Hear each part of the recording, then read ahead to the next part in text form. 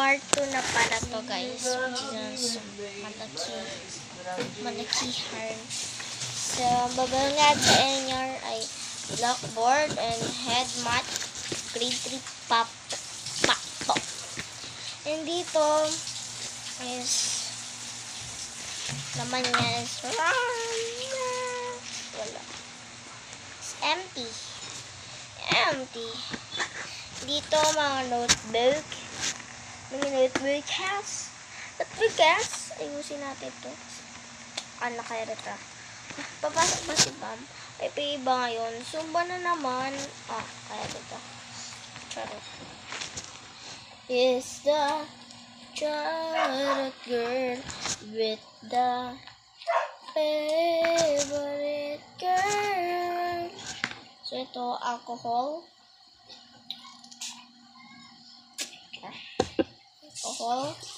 And, syempre, anik-anik, butterfly, pantasa, butterfly, and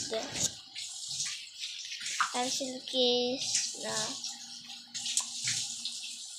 ay laman na hindi mo naman gagamitin, and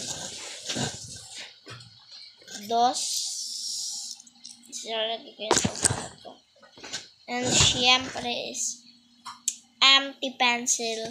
So, babalikan natin to myself.